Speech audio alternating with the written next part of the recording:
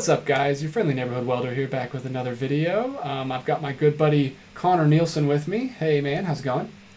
I am doing very well. How are you doing, DJ? I'm doing good. I'm doing good. I'm ready to talk about some spooky movies with you. Today we're going to be talking about our Spooktober 2021 lists. This just came up while we were shooting another video, and this is something that me and Connor have been talking about back and forth just over Messenger. And we both put together lists that we're going to watch this Halloween season in the month of October. So we just wanted to chat about them and talk about why we put them on our list and see how many of these we can get through this month. I know you do this every year, right, with your brother. This is the first time I've actually done this. I do this for Christmas every year, but I've never been like the biggest, I'm not a big horror guy.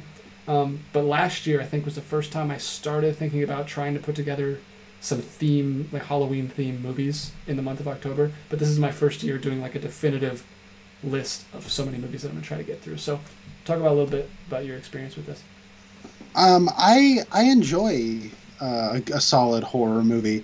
My brother and I used to do themed weeks when we were in high school, usually in the week leading up to Halloween.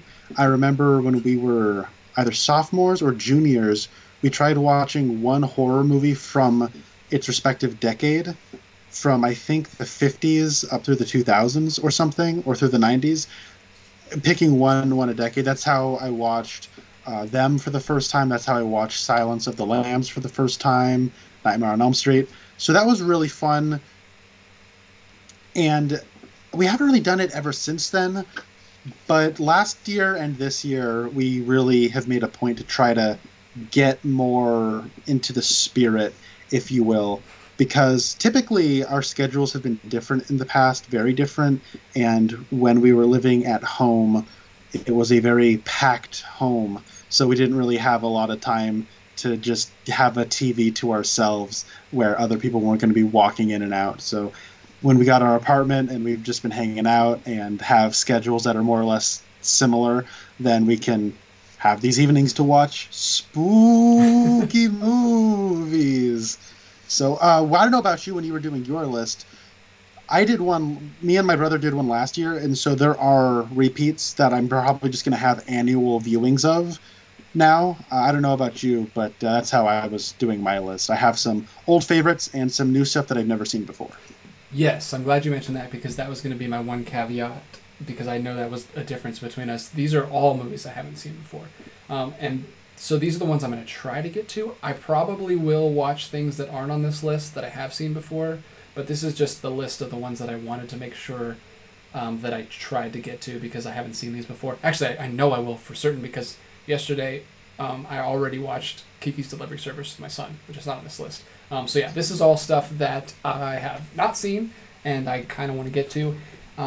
Like I said, a lot of this does fall into the horror category, but a lot of the movies that I want to watch around this time, because I'm not a big horror guy, are just more Halloween movies. Not specifically around Halloween, but like that feel, that Halloween feel, not necessarily like horror movies, because I'm not a big horror, like gore, like slasher, schlock movie kind of guy. So what I think of around Halloween time is more like a feeling, like I don't know, just like, it's really hard to quantify, but it's not like slasher guy running around killing everybody. It's not like Halloween or Nightmare on Elm Street or Friday the 13th. It's more just like a spooky vibe. I don't know, like, we'll see. I know what you mean. It's something else. Yeah, it's usually fantastical for me. It's usually there's usually like at least some fantastical elements. I don't like watch serial killer movies usually.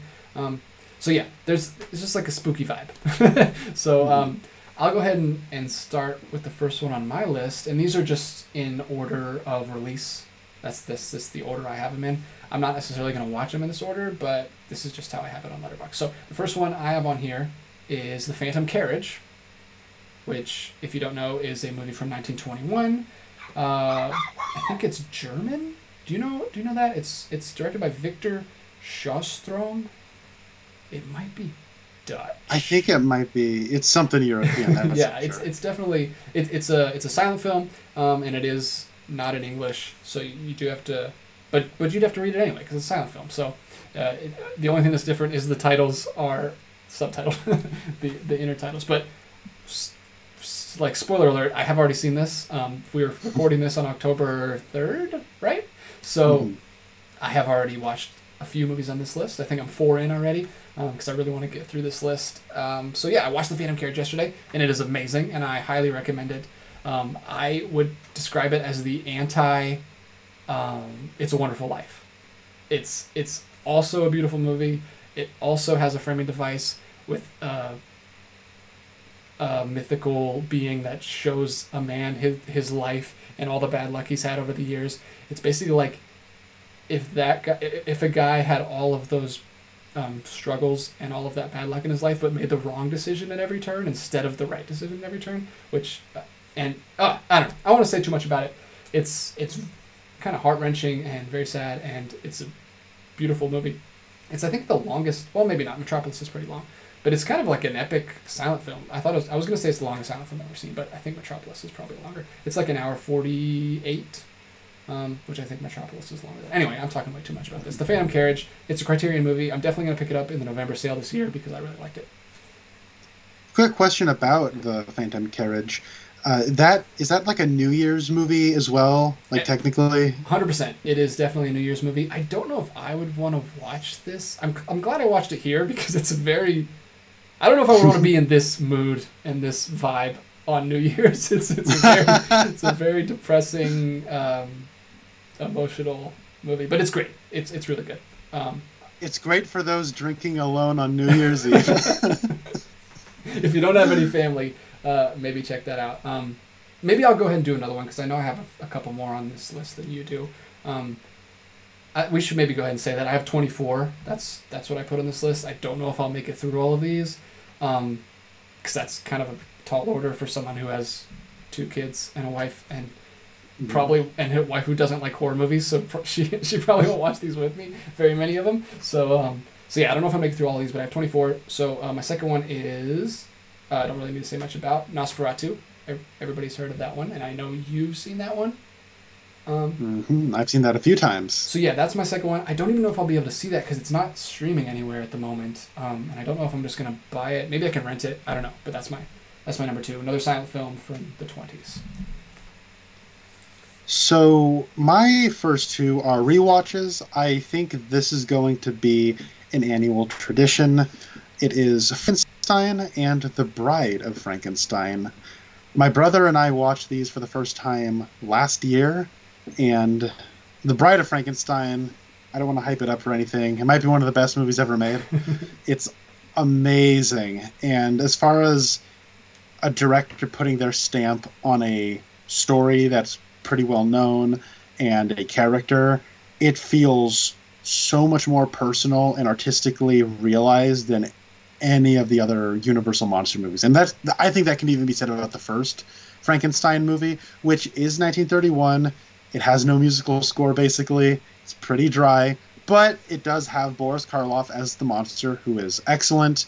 And Baron Frankenstein in the first Frankenstein movie is hilarious. One of my favorite movie old men. He's great. And I think that the second one, though, is a very classy, elegant movie, and it has the best title drop ever, where somebody in the movie says the name of the movie. It's got the best one of those.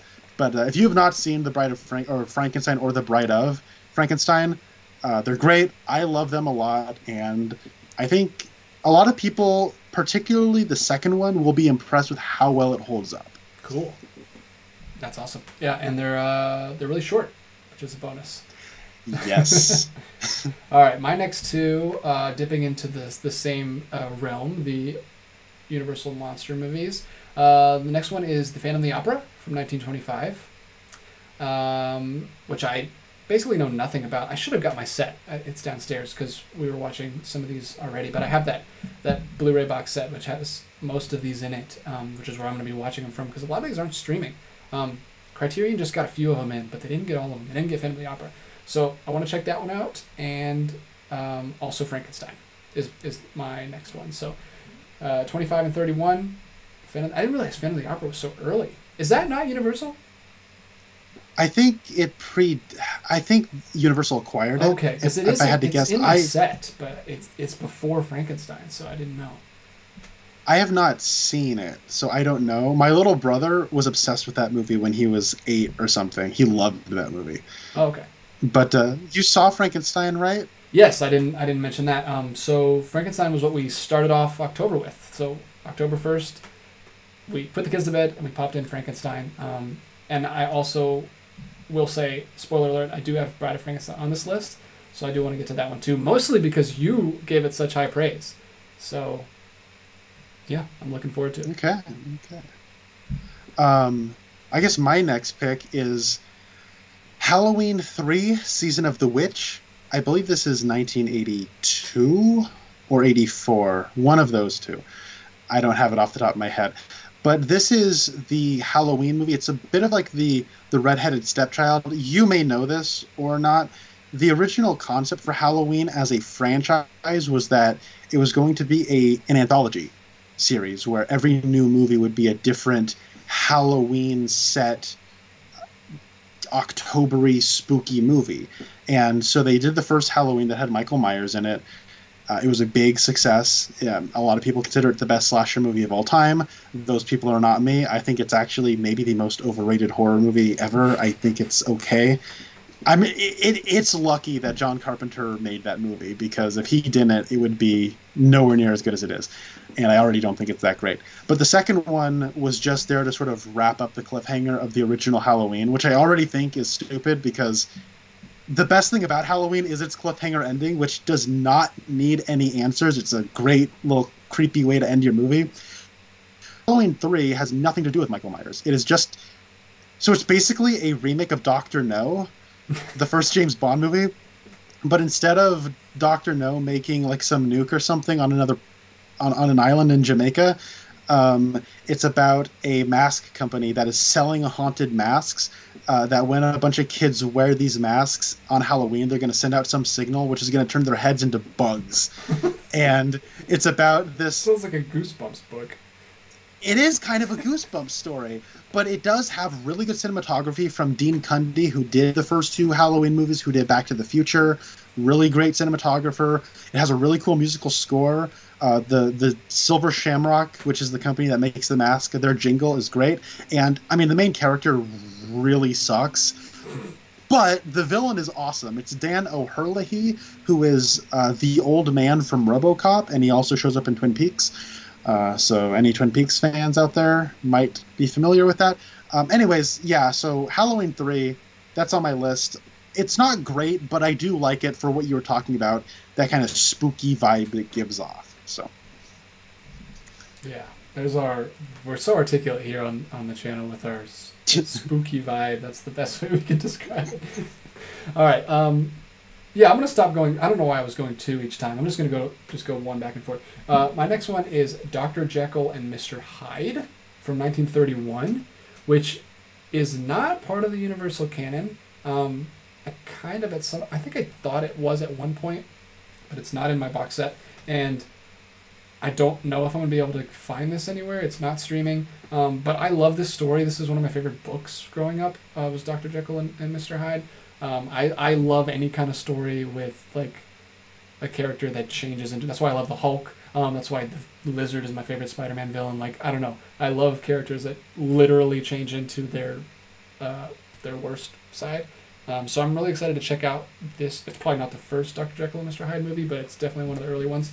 So that is the next one on my list. Hopefully I can get my hands on that. I don't know much about it at all. I don't know if you know anything about that movie.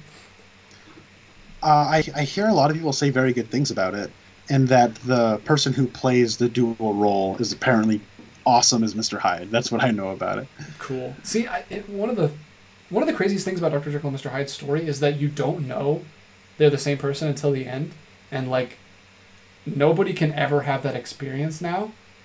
With any like, I always thought that would be such a cool idea for a Hulk movie. If you didn't know that Hulk was Bruce Banner until like the last scene or whatever, but you could never do that. It's impossible because everyone and their grandma knows that Bruce Banner is Hulk, even if they're not in the comics. So I don't know. That would be awesome. That would be so cool if you could do that. But It's impossible. So yeah, obviously I already know. Everybody knows the twist of this movie. I don't even know if it's played as a twist in this movie because it's so ubiquitous. But I'll see. I'll see if I can check it out. My next movie is a 2014 Australian horror movie called The Babadook. I don't know if you've heard of this. I actually have interest in seeing that. It's pretty good. I saw it one time, and it wasn't the world's best viewing experience. I had to watch it in a garage where the air duct system kept kicking in, so it was a little hard to make out. But I liked it. I know some people think this movie is pretty overrated. I thought it was pretty good, but I want to give it another watch because it has been probably 6 years, 6 or 7 years, 5 or 6, I should say. 5 or 6 years since I've seen it. So okay. I'm excited to watch it. My stepbrother really wants to watch this, so we're going to have him check that out with us when we watch it. Sweet. Yeah, that's actually one that I have interest in, even though I'm not a big horror guy. I feel, isn't that, it's kind of like on the cusp of fairy tale-y, like it's about like a creature, right? Like the boogeyman kind of. I know very little about it, but I feel like it would kind of hit my sensibilities a little bit. I got it right here. It's about a little boy. So it's about a mother and her son. The father is dead because he died when he was on his way. He died in a car crash on his way to the hospital when she was in labor. So the kid is like 5 or 6. He is a hellraiser. He is a little terror. And it's honestly a bit of a downer that this kid has never been in a Tim Burton movie because he looks like he was genetically engineered in a lab to be in a Tim Burton movie. But one day, this little scamp, if you will, finds a book in his room called Mr. Babadook. And this really cool release, actually when you open it up, it has a little pop-up. Oh, that's awesome. And but the book all of a sudden starts talking about not being able to get rid of the Babadook, and it starts being a little prophetic, and it gets into some pretty dark territory, but it is very much using the monster as a metaphor, and it does sort of have some storybook kind of logic, kind of impeding on the reality of the situation.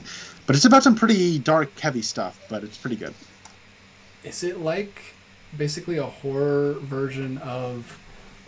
What was that movie that came out 2017, 2019? It was Liam Neeson as the monster. Big tree monster. Oh, yeah, I love the movie. Monster Calls. Monster Calls, yeah. Is it kind of like that, but more horror-y? It has some similarities to it, and it is more scary. Yeah. And I think both films are about grief, and they're also about darker aspects of the grieving process that a lot of movies don't like to touch upon. So there is similarities there for sure. They do go in pretty different directions with their stories, though. Yeah, that's interesting because I really liked Monster Calls that year. I really liked that movie, so that's just what I started thinking about. What came to my mind when you were talking about it. But anyway, my next one is Vampire. How do you say this one? Is it still Vampire? I say vampire, but those what is it, Dutch or Danish or what is it? Yeah. This is in the Criterion Collection. It's got that beautiful digibook that Connor has that I'm very jealous of, and I hope I can get if I like this movie. I don't know. I haven't seen it yet. But the imagery is awesome in this movie. Like just from the little image you see here on Letterboxd and the images on the Criterion Channel streaming service when you click on it. I think it's on HBO Max too. I don't know. It looks super cool and iconic with the scythe and everything. But yeah, I don't know much about this at all except I think it's a silent movie, right? Or is it? I actually think it's not. That was one of those things where I heard it wasn't a silent movie, and I was really surprised to hear that. Oh, that's right. Yeah, we're in 30. What am I saying? I'm already past Frankenstein. This is 32. So yeah. Yeah, so it's not a silent movie. It's black and white, and it's got that really creepy... I don't know. I love the look of it just from the little bit I've seen, so I'm excited to get into that one. That one I definitely know I have access to because it's on HBO Max and Criterion, so that's definitely going to be one that I'm going to be checking out pretty soon. That is also on my list. Oh, there you go. Yeah, we are trying to knock out some of the criterions on the shelf that are horror related. I think you and I may have some intersections here. I actually, for Hopefully, whatever yeah. reason in my head, I get Phantom Carriage and Vampire sort of overlapped in my head for some reason. I don't know why, but I do. So I'm gonna watch Vampire this week or this month. I think it actually has a big influence on another movie that's also on this list that I will get to. Cool. All right. Are you just going to count that one as this turn, or you want to do another one? Oh, I'll do another one. Another rewatch. This is one I've only ever saw one time in the movie theater. It was right after I graduated from college. It was Hereditary, which I don't know if you saw that. Not for me, Again, man. From what I've heard about it, it does not sound like a movie I would like. It is. What's awesome about Hereditary is that it's a movie that keeps changing what it is. Based on the marketing, you think, oh, it's a creepy kid movie. Half an hour into the movie, no spoilers, it's not a creepy kid movie. And you go, oh, I guess it's not a creepy kid movie. I guess it's just a dark family drama that's just basically a family drama. And you think, oh, wow, I'm a little disappointed that this isn't really a horror movie. It's just kind of a family drama that's really, really dark and heavy. And then the last act pulls the rug out from under you. And it, for myself, speaking for myself, you figure out what's been going on and what the reveal of what's been going on.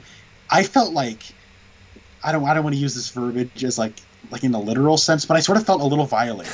Where I was like, oh, like, I feel like I got tricked into thinking something that wasn't real, and that sort of, and you feel like you were lied to and exploited and tricked, and it makes you feel so unsafe during the last stretch of the movie. Wow. That made. I remember watching this in the theater. My brother and I were still sharing a room at that time, and Spencer actually asked me to keep the lights on because this movie scared like the bejesus out of him, and I didn't find it not scary either. It was pretty terrifying. But the best thing about this was the movie theater I watched this in. Half the people there thought it would, like, oh yeah, date movie, take them to see a horror movie. No. So many couples had to just leave. And there was like 3 college dudes that were sitting in front of us, and this one guy, he had a ball cap on, and his nervous tick is that he took his ball cap off and just ran his fingers through his hair. He was doing that the whole movie, and when it was over, he's like, I gotta get out of here. It was a really good movie-going experience. That's crazy that it has such a good reputation and that most people really, really like it when it was such a violating experience for you. That's crazy. You would think it would have some violent reactions to it, but I've only heard good things about it. And from what I've heard, I don't think I want to see it. Yeah, it's for a specific kind of audience. If you like horror movies, and not like entertaining horror movies, but like unsettling and upsetting horror movies, then Hereditary is pretty good. All right, my next one is one that I showed off in our Criterion Hall video. I'm really excited to get into this one. It is Island of Lost Souls, which we talked about is based on Island of Dr. Moreau, the H.G. Wells book. And like I said, I have a lot of H.G. Wells movies that I still haven't got into yet, but I'm definitely going to watch this one. I have it on Blu-ray. And I believe it's on the channel too. So if you don't have it on Blu-ray and you have the channel, you can check it out there too. But yeah, I'm really interested to check this out. This is regarded as one of the best H.G. Wells adaptations. It has like 3.7 on Letterboxd. So it's highly regarded, and it's also highly regarded as like a really good early horror movie. It is 1932, so pretty early, still in the black and white era, but I've seen, I think I watched a little bit of the trailer or like a scene on YouTube or something. It seems pretty creepy. So, yeah, I'm excited to check it out.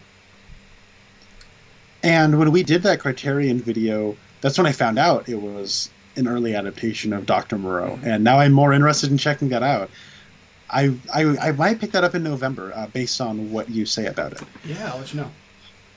My next pick is one that I have not seen before. It is a James Whale Universal horror movie. He directed Frankenstein and The Bride of.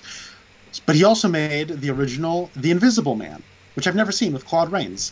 And Claude Rains is awesome. Apparently it's a really great special effects movie, and it's directed by James Whale, so I'm going to see it.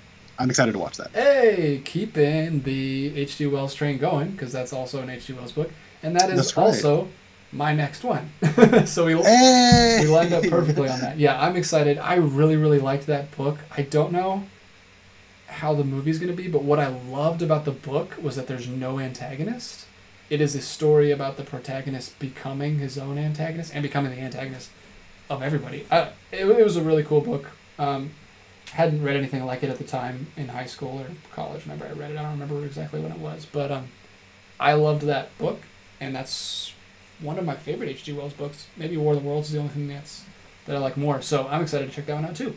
And that is in my big Universal Monsters set, so I know for sure I have that on Blu-ray and I can watch it. And that's actually also Criterion just got that for their October drops, so it's there too if you want to watch it there. But yeah, awesome. Invisible Man, I'm excited. That's also a landmark special effects film. I've seen some. Yeah. I've learned a little bit about how they made that, and it looks awesome. So I'm really excited. That's one of the ones I'm most looking forward to. Keeping it with Universal Horror, the last of these Universal Horror movies, because my brother and I watched a lot of them last year, but there were still several we couldn't get to. Invisible Man was one of them. The other one was Creature from the Black Lagoon. And that's apparently a later one. That's in like the 50s. Like we're well past Frankenstein and Dracula by that point. But I love The Shape of Water. I want to see the original Gilman movie. So I don't really know anything about it, except I want to watch it. We are right in sync, dude. That is that's my next one. It's not my next one, but I'm going to skip ahead to it because you just mentioned it. I had the exact reasoning. Shape of Water is like, it's like a perfect movie, dude. I freaking love The Shape of Water, and I'm sure that I know this is going to be nothing like it, but I just want to know what inspired Guillermo del Toro, and I want to see the origins of that character, and I don't know. I'm really interested to check that one out too. That one and Invisible Man are probably my two the two Universal Monster movies that I'm most excited to check out. So that, yeah, you're right. That is 1954. So it is a little later. But yeah, I don't know. I'm excited to check that one out. That's a very weird one. Like, for some reason, he didn't stick around. Like, whenever you think of the Halloween monsters, it's like Dracula, Frankenstein, Mummy, Wolfman. Like, no kids movies have like the Gillman as one of those like when you watch Beetleborgs, there's no Gillman. It's just those other monsters. I feel like I've seen him show up, but once they've run out of werewolves and zombies and mummies and vampires and all the other stuff, then they go, and the Gillman. Hey, why not? Keeping it swampy though. The next swampy. What a weird expression. The next, I'm going to just do a double feature that my brother and I are going to do. It's going to be Wes Craven's Swamp Thing and the Return of Swamp Thing from 1989. Oh. And that was directed by trash schlock auteur Jim Wynorski, who made Chopping Mall. Oh, the classic. So, I've seen the original. I've seen Wes Craven's Swamp Thing before because what's his face? Ray Wise from Twin Peaks is in that as Dr. Alec Holland before he turns into Swamp Thing. It's schlock. It's a B movie. It's not very good, but still kind of fun. And I've not seen The Return of Swamp Thing, but I hope it is complete sleazy crap. I am in the mood for something like that this October. So the Swamp Thing double feature was my next one. That's awesome. I'm going to jump back a little bit, all the way back to the 30s, because, like I said, I jumped up ahead to talk about Gilman with you. But I'm going to jump back to The Bride of Frankenstein, 1935. That is purely on this list. Well, because it's in my Blu-ray set and because you gave it such a glowing review, and I'm watching Frankenstein this year also. So I do want to get to that pretty soon, probably while Frankenstein is fresh in my mind. I don't know how you're supposed to watch that. I don't know if you should have a little time in between or if you should do back-to-back. I guess you're doing the double feature. But, like, given how Frankenstein ends, no spoilers, like, I don't know. I'm just going to watch the movie and see where it goes. But, yeah, I'm really looking forward to that one. Mainly because of you. Like, I didn't know that was, like, one of the best ones. Because that's also a monster that doesn't get talked about as much as the big one. So, yeah, I'm going to check that out soon. And my next one is the Blair Witch Project. This Uh, is one that is interesting because I've seen it before, but my brother has not. The best way, I think this is one of the best found footage movies. I know a lot of people hate this movie because they find it annoying. You don't ever see the witch. I don't care. What I like about this movie and what I think found footage movies at their best are, and I think this is far and away the best found footage movie, or I guess found footage horror movie. I like Chronicle, all right. Troll Hunter. But Watch Troll I have not Hunter. seen Troll Hunter. I will. I will. But the Blair Witch Project, it feels like the cinematic version of a campfire story. That's cool. And it's really fun. Like, they're in the woods. Their sense of direction is just completely lost. They keep going in one direction, and they never get out of the woods, and they're going crazy, and you're just seeing people lose their minds slowly. And there may or may not be a supernatural force messing with them, and I don't know. I really like it. I think it's really fun, and the people are very believable as kind of pretentious, overly ambitious, but sincere and film-loving art students and whatnot. And like, so there's like a certain dimension to them. Like, they're not great actors, but they don't need to be. So I'm really excited to revisit this one because I hated the 2016 soft reboot remake thing that they did. I thought that was really, really bad. But I do like the original Blair Witch Project. Cool. Yeah, I mean, love it or hate it, it created a genre. So I mean, you at least got to have a little bit of respect for it. I haven't seen it, obviously. It's not a surprise to anyone. My next one, I have seen. Just this, I mean, now in October. It's still, I hadn't seen it before this month, but it is Diabolique. Diabolique, which Connor gave a great log line and pitch in our Criterion Hall video. If you watch that, Connor sold me on it. That's where he sold me on it, and I thought my wife would like it too. So we both watched this at the beginning of, or right before October started. Actually, this is it Italian? Oh, it's I French. don't know. No, it's French. It's definitely French. I knew that. I don't know why I said that. French movie from 1955. This is like what Hitchcock and this director were kind of going back and forth. It was like Rear Window and then Diabolique and then threw it back to Psycho. There's so many parallels. This is like a companion piece to Psycho. And I know you love, I don't know, Ooh. I love Psycho more than you, but and I think you like it too. And there's so many parallels between this and Psycho, and I'm really excited to talk about this movie with you when you finally see it. So we need to do a Criterion Corner on this one for sure, because I didn't even say it. I really enjoyed this movie. Like it was one of those movies where like I was looking behind me and like making sure the door was locked, because we watched it with all the lights. We watched it with like all the lights off in the dark a few nights ago, and it's awesome. I really like Diabolique, and it's got such a cool poster. I'm so excited to get the Criterion in November, because that's the cover of the Criterion Blu-ray too. So definitely gonna be picking that up in November. Well, that's next on my list, too. Oh, perfect. That premise, I heard it first like 10 years ago in high school, and I thought it sounded awesome. Like, it sounded very Hitchcockian to me. And you saying it's like a companion piece to Psycho was awesome, because Psycho's not my favorite Hitchcock. I personally prefer Vertigo just a little bit more, and I think Rear Window is his best movie. Rear Window just like slaps from beginning to end. I love it. But I do think Psycho is one of the best directed movies ever. Like, it's his best direction effort. And so you comparing it to Psycho is like really cool to me, because I don't know, like that premise when I first heard it, and like I love the poster. You know, I have some like ideas for movies that I want to make and like stories I want to tell or whatnot, and I do like kind of my own like personal posters that I make for myself and don't show anybody else. But like the hand and like that kind of Art Deco style has really influenced, like I don't know, that it's such a cool cover, like poster or whatever. And so I don't know, like I don't know why I have not watched it yet, but I own it and I will be watching it this next month, so I'm excited. Do it. Definitely do it. It's so good. I loved it. And thank you for recommending it, because I wouldn't have even have known about it if you hadn't told me about it. Yeah, between Solaris and Diabolique, those are movies from like I heard about 10 years ago. I'm like, I need to watch that pretty soon, and now everyone's seen it but me. So, but I think you'll love it. I hope so, because I want to talk to you about it. But what's your next one? Oh, duh. You did. Oh, yeah, you go. We both had the same one. My next one is another 50s movie. I stuck in the 50s here for a little while. My next one is Invasion of the Body Snatchers, which I don't really know anything about. I think there's like a... I think that's one of those 50s sci-fi movies that got an 80s remake. Is that right? Like The Fly and The Blob and all that? Yeah. But well, it's one of those things, yeah, because it got a remake. I think in the 70s with Donald Sutherland, right? Oh, it's 70s. That's okay. the famous one? Yeah, I think so. But yeah, I definitely want to check out the 50s. I like 50s movies more than I like 70s and 80s movies.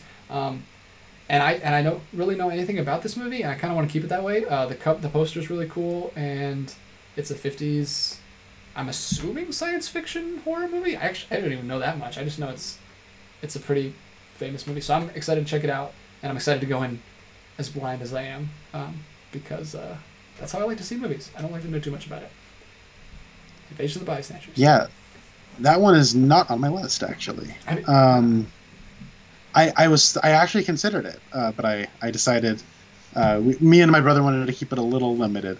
My next one, I'm keeping it Criterion, and it is Videodrome, which I'm pretty sure would not be on your list because it is David Cronenbergian body horror. So it's such a cool release, though. I was so jealous of the Blu-ray you have. Yeah, it's an awesome release. I actually don't know a lot about what the movie's even about. I just know it is one of those body horror 80s horror movies that's a little underground at the time that is celebrated and loved, and everyone thinks it's great. So I'm finally going to be getting around to it this year. Awesome. Yeah, that's I mean, you have to let me know if you think I'll like it once you see it, because you are getting a sense of my sensibilities the more we talk about stuff. My next one is a movie that I always get confused with another movie. This is Carnival of Souls. I usually get it confused with Nightmare Alley because they're both Criterion movies, and they both have carnival, and I don't know.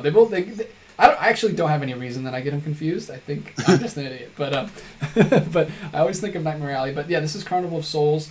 I just on a whim was just scrolling through Criterion Channel and saw this, and it seemed like a cool premise, and it's a catchy title, and yeah, so 1962 Carnival of Souls. I'm excited to check that out.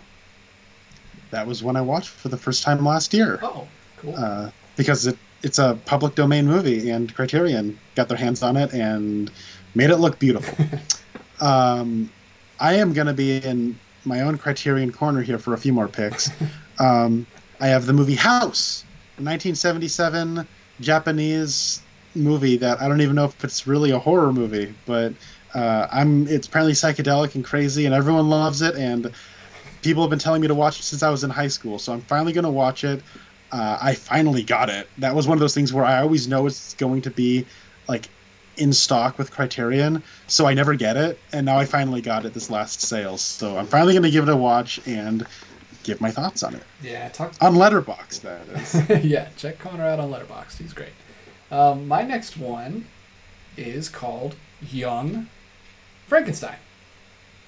I know nothing about this movie. What? Take that back. I know a lot about this movie. I've always heard about this movie. It's like it's Gene Wilder. It's like a Mel Brooks parody comedy, which is not usually my thing. But the reason it's on my list this year, we haven't even really been talking about why it's on our list, but the reason this one specifically is on my list is because it is playing at a local old-fashioned theater down the street from me in our little town square. And I want to see it. I've never been to that theater. We've been here for 2 years now. We've lived here for 2 years now, and I've never checked out that old theater. They play a lot of old movies, and sometimes they do really cool things where they'll play a movie with a live orchestra playing the score. They did that with like some Shadow radio plays, like Phantom and Shadow radio plays, and I was so mad that I didn't get to go check that out. Oh. Yeah, but they do that, and they do a lot of old. They do like it's just like a really cool theater where they do like cover bands and like plays and movies. They do like the whole spectrum of entertainment medium. So I'm really excited to go finally check out this theater, and I'm going to be seeing Young Frankenstein for the first time. I have no idea how this is going to go. Like, I just saw Frankenstein for the first time, so I'll at least get the references. But I love Gene Wilder. You know that Willy Wonka is one of my favorite movies ever. I watched for the first time either this year or last year, what's the other big... The Producers? The Producers. Which I did not like at all. That was the complete other end of the spectrum for Gene Wilder movies. So hopefully I'll like this one better.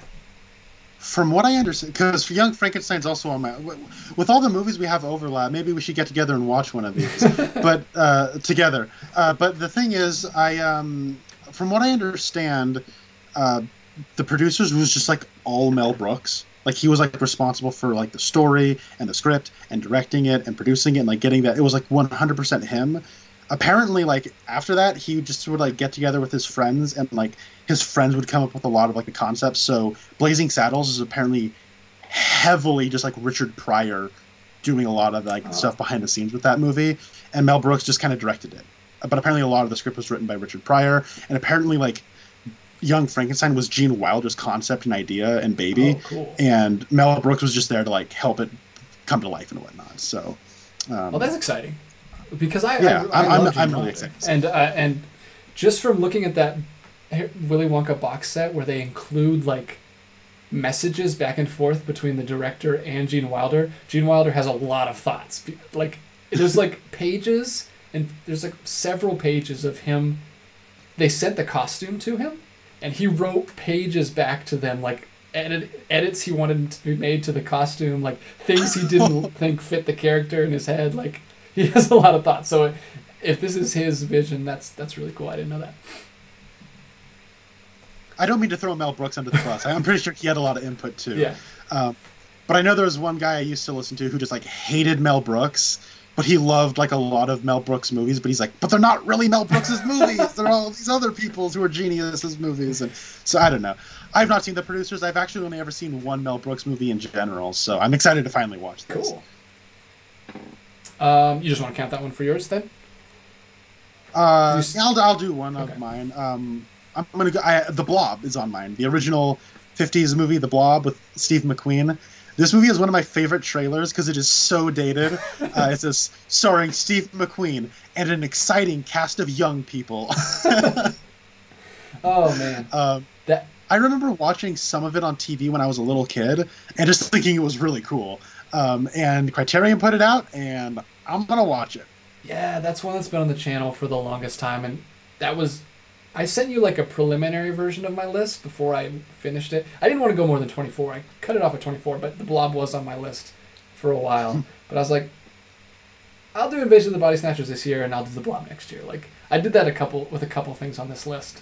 I want to save something for next year. I don't want to watch everything this year that I was interested in. So yeah, I only have 24. The Blob did not make the cut. But my next one I won't talk about a lot because it is Houseu, whatever you want to call it. It sounds like an absolutely bananas weird movie. Everyone loves it though, so I'm excited to check it out. Don't know if it's going to be my thing because I don't even know what it is. Everyone tells me different things. Like it sounds, I don't know. It sounds like a crazy movie.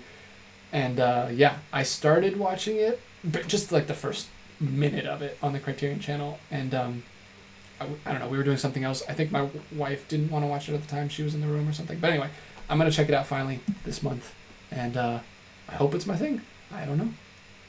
Awesome. Moving out of the Criterion stuff into another rewatch is John Carpenter's The Thing from 1982. This is a movie I watched for the first time last year. Now, if you come to my apartment, to anyone watching, there are two couches. There's the one couch that is leather, sits directly in front of that faces the... Where are you going with this? What's that? I just don't know where you're going with this. That faces the TV. There's the other chair, the green couch. There's another couch, the green couch, that is against the wall. If you sit on this couch, you will fall asleep. And I was sitting on that couch last year when I was watching The Thing, and I was fighting sleep the entire time. Not because it's a bad movie. How do you fall asleep? Because I was sitting on that couch. I don't know. But I will say The Thing has the greatest jump scare of all time. It's amazing. And it's not like a cheap jump scare. It is perfect. Wow. And that thing jolted me awake, and I was in it and awake for the rest of the movie. It's a great movie. I just want to watch it again and not be sitting on the green couch while I'm watching the movie this time. So anyways, that's The Thing. That is a great tidbit. The green couch. All right, well, I'm also moving away from Criterion.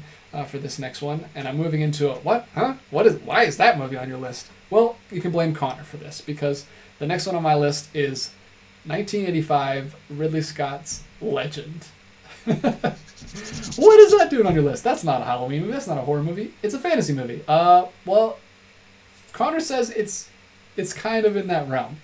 And I've never seen it, and I claim to be a fantasy guy, and I have not seen Legend, which is kind of a shame.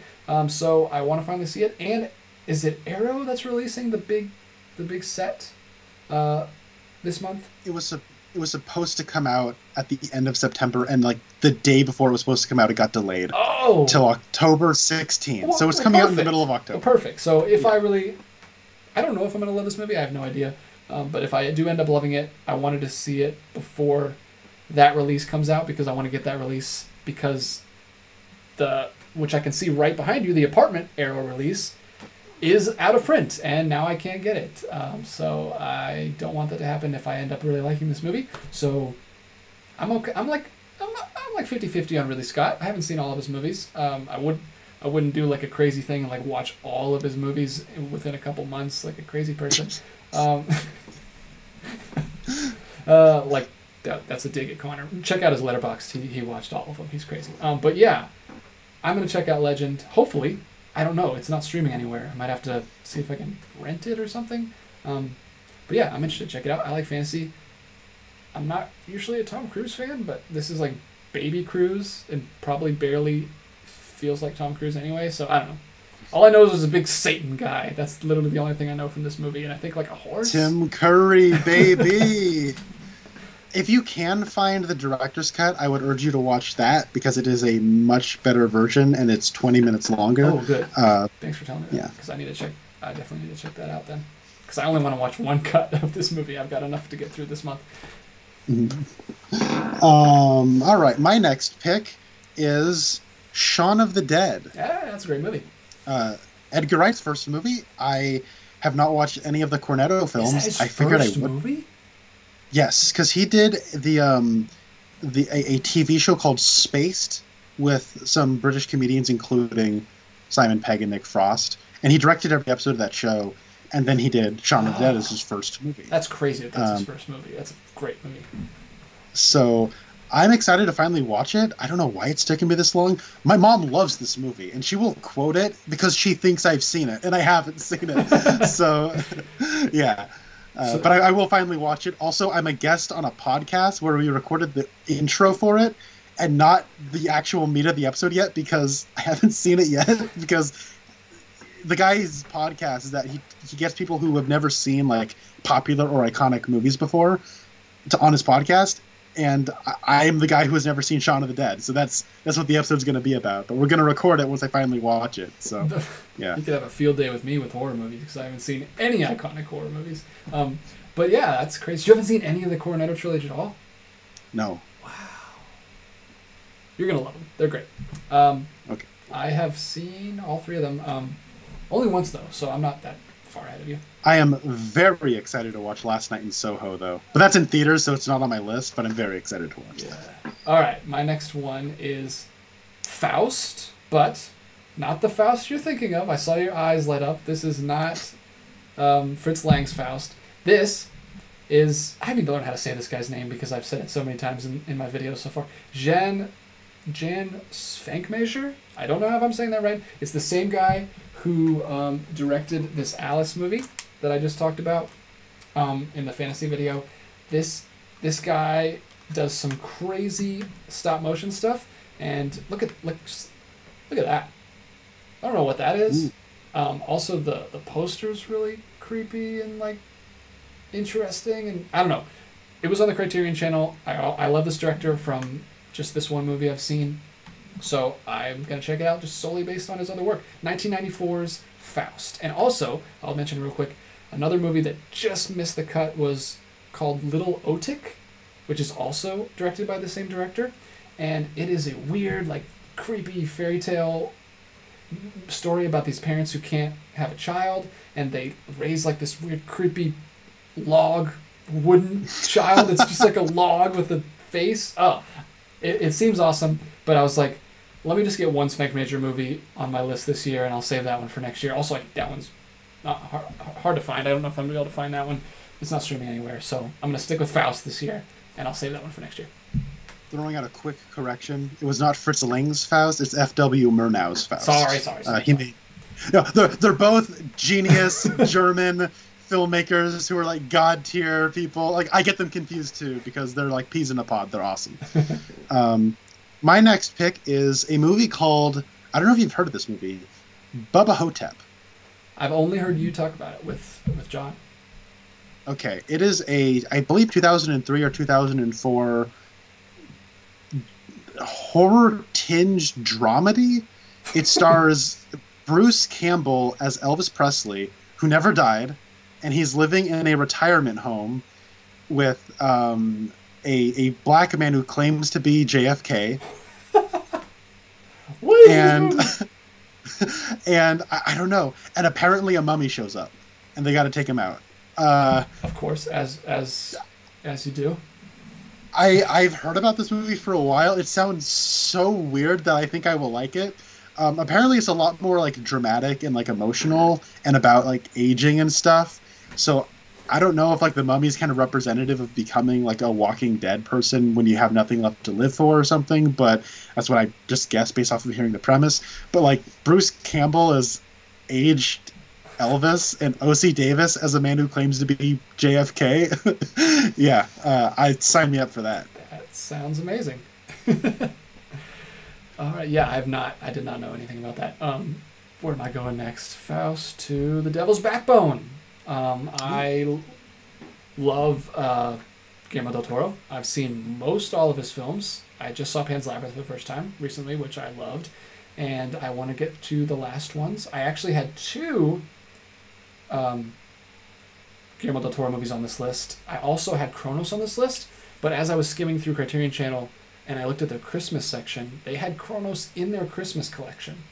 So I guess it takes place at Christmas? I don't know. I'm taking their word for it. I'm going to do the same thing I did with Jan and only have one Guillermo del Toro movie on this list this month, so I'm going to save that one for Christmas. So Devil's Backbone.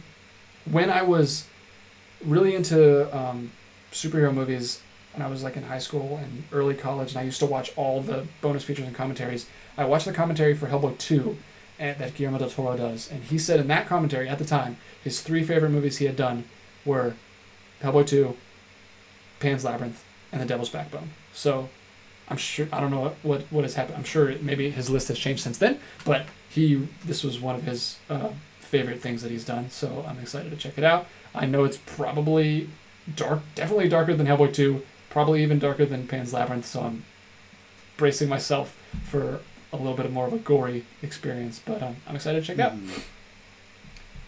Yeah, and I think that's what they chose to give spine number 666 was to The Devil's Backbone, which that's awesome. I think it's kind of funny. Yeah, and if I like it, I'll get it in the November sale, hopefully.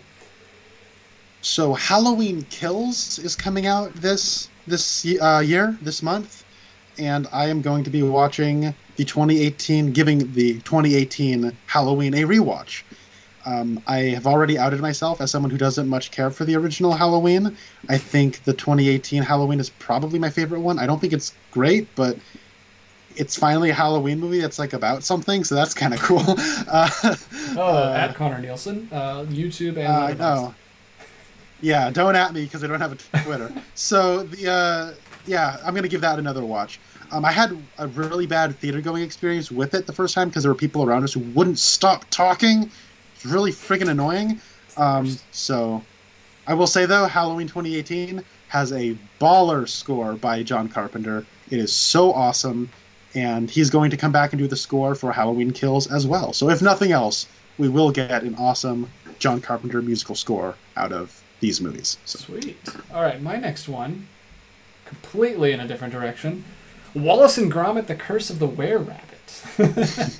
So I wanted to put some stuff on here that I could watch with my kid, and we've been watching all the Wallace and Gromit movies recently. We've actually watched all of them, I think, except for this one. So, they're all shorts. This is the first full-length one. So we're going to check out Wallace and Gromit, Curse of the Were-Rabbit, and actually we watched this the same night that we watched Frankenstein. We the first day of October, we both I watched this with my son, and then they went to bed, and then I watched Frankenstein with my wife. And this is great. This is a really good movie. If you like Wallace and Gromit and that like dry, witty humor that they do, you'll probably like this, and it's really cool, and it's definitely it fits the criteria for a Halloween-y movie. So check that out if you're interested at all.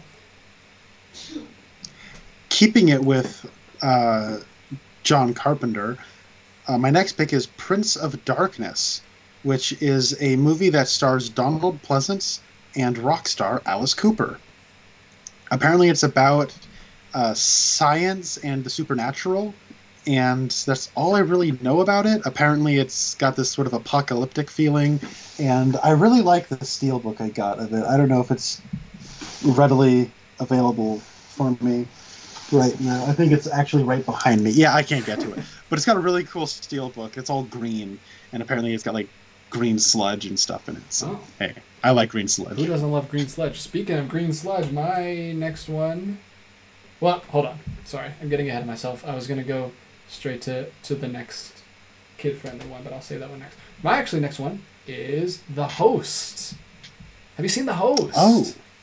Is this the Bong Joon-ho film? Yes, this is the Bong Joon-ho film. I have not seen it, which is a shame because that was like a movie that was coming out right when I was like in my like Godzilla crazy phase when I was a kid. I first heard about this movie when I watched Snowpiercer, which I really, really liked. Then I watched Okja, which I also liked. And I was like, I'm liking this guy's stuff. I need to look up more of his movies. So I looked up the director, and The Host was a really well-received movie that he had done early on, before even Snowpiercer. But I ended up never checking it out. I don't know why I didn't check it out at the time. So I'm going to check it out now. I love this director. I've loved everything I've seen from him. I haven't seen all of his stuff. But yeah, The Host is a horror movie with a big tentacle monster on the front, and that's all I know about it. But he always does like really good social commentary stuff, so hopefully there's... Did you see Parasite? I did. Okay, cool. Of course. That movie's awesome. Parasite. Yes, I watched it on a plane. Very creepy. Even on a plane. I do need to watch it again, though. I'm probably going to get the Criterion version of that. It's a really cool release where it has the cutout on the front, the slipcover. I need to get that one. But yeah, The Host. Hopefully I like that as much. That's from 2006. Yeah. My next... I don't have The Host. I probably should have. I didn't even think to put that on here. I probably should have. Do it. My next pick is... It's on Amazon Prime. Sorry. Oh, is it? Oh, cool. My next pick is an annual viewing. I think this might be the scariest movie ever made. It is the Texas Chainsaw Massacre. The original one from, I believe, 74, I want to say, is when it came out. So this movie is extremely stressful, and it feels like you're watching a snuff film. Like, it is creepy. It feels like it is made by the people who kill people in this movie. Like, it's so... Like, the way it's color graded, it does not feel like a movie that came out in the 70s. Like, I don't know. It's hard to explain. It feels older? You feel like you want to... No, it feels like it's, like, contemporary. Oh, wow. Like, it does not have any, like, constraints that a lot of... You go back and you watch movies from the 80s, and you still have, like, a sort of blanket of safety over it. We're like, yeah, but they couldn't show a whole lot, and I don't know. Like, it feels like the Texas Chainsaw Massacre feels like nightmares I've had. Where like you can't wake up and you are stressed out and you're just running away from something, and the sound of that chainsaw is like going for a long time. And the woman who's sort of like the final girl in this movie is Marilyn Burns. I never see her on like lists of the great scream queens. She has one of the greatest movie screams I've ever heard. And the last third of the movie is basically her screaming her head off nonstop. And it never gets annoying. It just gets more and more stressful. It's great, though. Like it is impressive that this was made for basically no money in the 70s by some pothead, Toby Hooper. I say that with affection because he was very famous for toking it, if you will. So, yeah, I don't know. I love this movie. It's really, really great, but it's really scary. I think it is. That's literally everything you just said makes me want nothing to do with watching that movie. It sounds like the worst experience ever. I remember when I was showing it to Spencer last year for the first time. It was his first. I showed it to him. He'd never seen it before. When it was over, he just said, "What did you just show me?" And the next morning, like our roommate, he usually like keeps his door open when he sleeps, and he's fine with noise while he's trying to sleep. But he said the next morning, I don't know what you guys were watching. I had to close my door because it sounded terrifying. So, yeah. Anyways, Texas Chainsaw Massacre. It's great. I love it. All right, my next one is creepy in a very, very different way. I don't know how I heard about this. I think I was just skimming through Letterboxd and I was looking up like best Halloween movies, and I do that sometimes. I look at lists just to get, because there's a lot of stuff on there that I've never heard of, which is really cool. It's a good resource. This is called Blood Tea and Red String. I don't know what this is. It looks like it could potentially be like a Jean Major movie because it looks like it has some stop motion elements in it. All I know about it is it says a handmade stop motion fairy tale for adults that tells the tale of the struggle between the aristocratic white mice and the rustic creatures who dwell under the oak over the doll of their heart's desire. And look at those creepy red-eyed stop motion mice. And I started watching this a little bit after a couple nights ago, after I had finished the movie. I just wanted to see what it was like, and it starts with like this woman in like this Japanese kimono mask, like just cutting open a cake and cockroaches are crawling out. It's weird. It's super creepy. And I didn't even get to the mice, the stop motion mice playing poker apparently. But yeah, it looks really weird and creepy, and I don't know. I'm interested. It's directed by Christine Sezgavsky. I don't know. Is it Russian? It might be Russian. I don't know. It's interesting. It is. I don't know where. I think Tubi. I found it on Tubi. It's not streaming on any of the big ones, but Tubi is like a free streaming service that has ads. So I'm gonna have to watch it with ads. But I found it on there, and I'm gonna check it out, and I'll let you know what I think. DJ, this is what I love about you. You find these really offbeat, really cool movies that I want to watch now, but like I would have no idea where to even like think to find them. Like, how do you find this stuff just scrolling around? Well, I told you I looked up. I just looked at Letterboxd. I don't know if I was looking at like I'll just type in like best fairy tale movies on Letterboxd, and then I'll get you gotta. The problem with Letterboxd is you gotta scroll through a lot because anyone can make a list, and it's terrible. Like some people will start. Clearly what happened is they started making lists and then they just stopped because it's like best fairy tale movies of all time. It's like 2 movies and they clearly didn't finish the list. So you gotta scroll through a bunch of crap, but you can find some really cool stuff. And then what I do is I like the lists. You can like lists, and that way I can just go to my liked lists and look through all the ones that I've found before. So I think it was either that or I found this on somebody's horror movie list. Or Halloween movie list. I think that's what I did. I typed in Halloween movies, and somebody had this on their list. So that's what I love about Letterboxd is there's all kinds of people on there, and you can find stuff that, like I said, you never would have heard of otherwise. Awesome.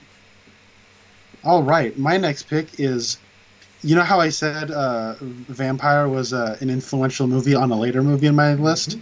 Mm-hmm. This is that later one. It's Bram Stoker's Dracula from somewhere in the 90s. This is directed by Francis Ford Coppola, and it stars Gary Oldman, Winona Ryder, Keanu Reeves, Anthony Hopkins. Such a crazy cast. A bunch of people. I've seen just isolated moments from this movie, and it looks amazing. And I know that's like the thing everyone says about it. Some people say it's like the story doesn't really hold together. It's just kind of a style piece. If that's the case, it'll probably work for me because this is really cool. Apparently there are scenes that they actually did get old crank cameras to shoot if they're like flashback sequences. And I don't know, like Francis Ford Coppola, he always like has really cool ideas behind what he's doing. And this is, I think, one of his more popular films from his later career. And I want to finally get around to watching it. I want to finally see, like, this is apparently like a Gary Oldman performance that people love. Yeah. This is a famously bad Keanu Reeves performance. I want to see all of it. You know what I mean? I want to see all of that. Yeah, that's cool. I have some interest in that movie. I just don't know how dark it goes. I'll have to get your opinion after you see it. But this is what I was almost about to say when you said, "Who doesn't love green sludge?" I was going to say, speaking of green sludge, it's the other kid movie on my list. It's Paranorman, the only Leica movie that I have not seen. And I just bought it because they just put out these re-releases of these Blu-rays that they did brand new restorations of and new bonus features. So haven't opened it yet. I might show this to my son this year. I don't know how dark it is. Hopefully he'll be okay with it. But yeah, this is the other family movie on my list. And I got these both. I also got Coraline, which I'll probably watch, but I've seen this before, so it's not on my list. But I'll probably watch this again with my son this year. But yeah, definitely going to check out Paranorman for the first time. And hopefully there hasn't been a Leica movie that I haven't liked yet. So hopefully I like this one too. All right. I do an annual viewing of one of my favorite horror movies. This one is very goofy. It is basically a horror comedy adventure movie. It is The People Under the Stairs. I remember when you first saw that movie and you went crazy about it. I love this movie, guys. It's basically it's got a lot to say kind of about social issues, about like wealth inequality and gentrification and like systemic racism and all that stuff, but it tells it all in this very entertaining adventure movie. It's basically like a treasure hunt movie where the evil landlords have gold coins in the house. So this little 13-year-old kid has to team up with his sister's friend, played by Ving Rhames, to break into the house to steal the gold coin so they can make rent. The problem is, once they get in the house, they can't get out because it's a trap house. And the landlords, are like cannibalistic, crazy people. And there are people that live under the stairs. And there are passageways through the walls. And there's a girl who lives in there who is technically their daughter, but she's never been outside the house, so she doesn't know if she can trust them or not. It goes in 100 different directions. It is so insanely entertaining and it has so much energy. It's basically I love Wes Craven in this mode. It's delightful. Awesome. All right. Well, I have just discovered something that is... I just made a mistake. I've made a huge mistake, as Job would say. My next one was The Witch. And you've seen my list. You know this. The Witch. I think it's Anya Taylor-Joy from 2015. It's... But the reason I put that on there was because I got it confused with A Ghost Story. You remember a couple weeks ago, last month when I saw The Green Knight, I was like, I want to see A Ghost Story because it's the same director-cinematographer combo as The Green Knight, and I absolutely love The Green Knight. So I wanted to put that on my list, but I accidentally put The Witch on here instead. So I don't know if I'm going to watch The Witch or A Ghost Story, but one of those two will be watched this year. I think they're both A24 films. Is that why I got them confused? Mm-hmm. Okay. Yeah. That must be why. I don't know. Maybe I'll watch The Witch. I think they're both... I don't know.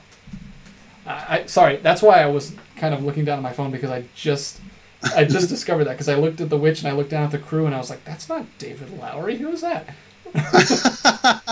But yes, I meant to put... My technical official list has The Witch in that spot from 2015, but I meant to put A Ghost Story in there. So we'll see what happens if I resolve that or not. Have you seen both of those? I have. Okay. I might have to talk to you off camera and see which one I should watch. But anyway, you can go ahead. So my next one is... This is going to be maybe a little weird for people who maybe have not seen it. Maybe if you have seen this movie, you'd be confused why I'd put this on here. High Plains Drifter, which is a Western starring Clint Eastwood. It's directed by Clint Eastwood. This is his second film. Oh, wow. It's from 1973. And basically, it's a rough movie. It's really dark. It's very 70s in that way, where the main character, the first thing he does in the first 5 minutes is attack a woman and then shoot 3 other people and murder them. And he's the hero of the story. Not because the movie pivots and tries to redeem him, because everybody else in this town he wanders into is that much more irredeemable than he is. And it's a very crazy, like, societal critique where it's basically kind of a satire where the three men he killed were the people that the town had paid to protect the city because they had sent a gang to prison that was that gang is getting out of prison, and now that he killed them, they said, "You're good with the shot. Can you please stick around and, you know, make sure that the gang that's coming back to get the revenge doesn't get the revenge?" And he says, "Well, okay, what do you give me?" And they say, "We'll give you anything you want." And he says, "Anything I want?" And so he makes the mayor he takes the mayor's head off of someone, gives it to somebody else, makes the sheriff somebody else, says, "Yep, I want that guy to be the sheriff. I want that guy to be the mayor. All you people who are sitting in the hotel, you're no longer living in the hotel. I get the hotel all to myself." And he tells like the preacher guy, you know, the preacher's upset that he would, you know, leave all these people homeless. And he says, "Well, preacher, there's plenty of room in your church, isn't there?" And the preacher says, "Everyone, you're welcome in my church. It won't cost you any more than the hotel." And it's like this really like scathing indictment of like all of like American society using the Western as a way of doing it, as a way of saying like these problems have always been here and stuff. It's really, really interesting. But the reason why I have it as a Halloween pick is there's this ambiguously supernatural element. Like, you don't know if Clint Eastwood is like the reincarnation of somebody or a ghost or what, but he has some connection to somebody who was murdered in the town a while back.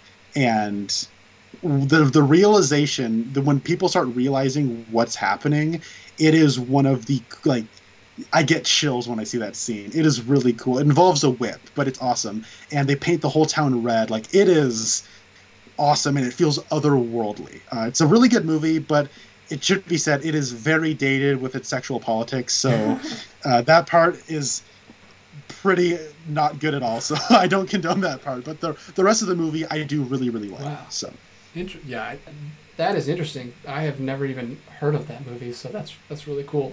That sounds super creepy and very violent though, so I don't know if I'm if I'm gonna check that one out. But my next one, and my very last one on my list, is The Lure. Have you heard of The Lure? I've heard of it. I that came out in like 2017 or something. 2015, yes. It is a Criterion movie. It's like a horror mermaid movie. That's all I know about it. Yeah, I've seen its poster. I remember when that came out, it like got a very limited theatrical run here, and then it came out on Criterion. But I don't know anything about it. I don't know anything about it either, except I like mythical creatures, and if it's a mermaid that's like, I don't know, I'm assuming it's a mermaid that's killing people. Based on the title, The Lure, like, I'm assuming it's like a siren type thing, but that's my most recent one on this list, right up there with The Witch, which is apparently on my list, even though it wasn't supposed to be. But yeah, The Lure, it's on Criterion Channel. I've seen it a little bit. I saw it all throughout July. Every time I went for the Criterion sale, it was right there, and I love the cover of it, so I'm going to check it out. I'm going to finally check it out. And hopefully it's spooky. Yeah. What is your last one, sir? It's just so cute. My last one is actually a movie I'm surprised I've never seen before. It is another Wes Craven movie, Scream.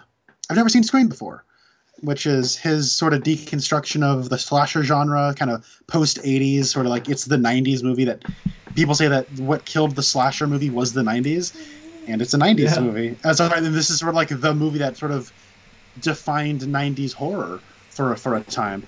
And I might watch its sequels because I am currently watching through a lot of 2011 movies, and that is a 2011 movie. It was the fourth film, Scream 4, and that was Wes Craven's final film, Scream 4 as well. So I might give that a watch as well. Awesome. Yeah, I haven't seen that either.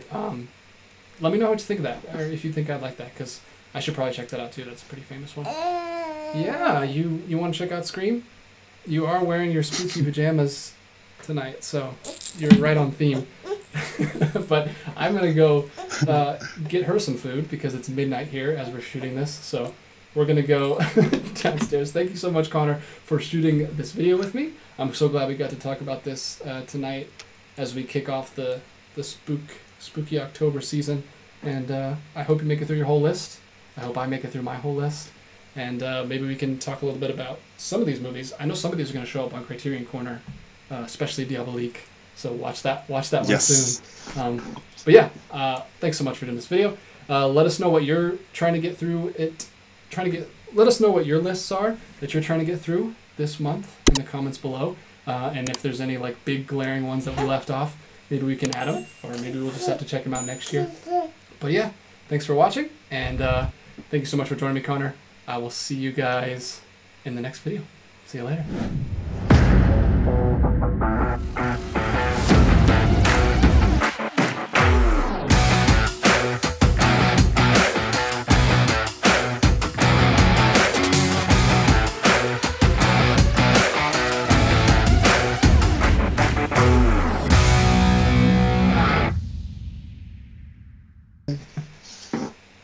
She's waving, look at her.